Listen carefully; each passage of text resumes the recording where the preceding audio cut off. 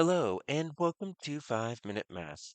Today we are looking at the TEKS tool place value chart. We are focusing on place value relationships with a problem related to TEKS 5.2a, and we will solve it in 5 minutes or less. If you haven't done so already, please go ahead and take a moment to pause the video, work this problem out on your own, unpause it, and we will look at our answers together. All right, so we've got three different expressions here. 2 times 10, 8 times 1/10, 6 times 1,000th. And we need to see which of these answer choices, A, B, C, and D, has those same digits, 2, 8, and 6, in the same locations. And so let's build a place value chart, and it looks like my largest number is this one right here. It goes to 6 digits. So let's build this place value chart.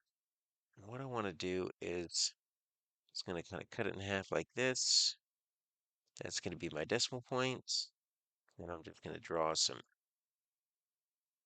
lines to get me on the whole numbers and lines to get me on the decimals. All right, since we're dealing with expanded notation, right? So that's the digit times the value of its place. Let's build our place value chart. Instead of labeling with names like ones, tens, or hundreds, let's put values in there. So starting at our decimal and going to the left, this is the ones place, this is the tens place, this is the hundreds place. That's going to help me when I'm looking at all of these right here. I can easily place these. Now, to the right, I can either write it as a fraction or a decimal, right? So this could technically be 1/10, but it's going to be more helpful for me to write it as a decimal because we see that's what we have in our three expressions. So I'll go ahead and write both just so you can see. And sometimes we need word form, so we might write the words here. But in this case, just writing the value is going to be more helpful. All right, so there's my 0.001, 1,000th. Now, what I want to do is I want to place these three numbers in the correct location. So 2 is going to go in the tens place, right? 8 is going to go in the 1/10ths place. So this is my 1/10th. So let's put that there. It's my 8. And then 6 is going to go in my 1,000th place. So let's put this right there. Now, what can go in the blanks? Anything. So it really doesn't matter. So I'm going to put a box around this because this is my target set of values.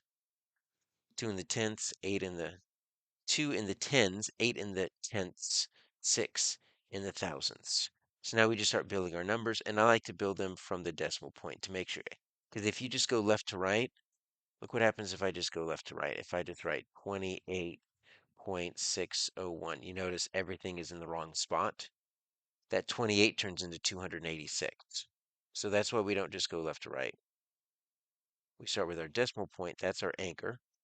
So we're going to back this up here. And we're going to write 28 with the decimal point right there. So 28.601, 601 thousandths. Well, the 2's in the right spot. The 8's in the wrong spot.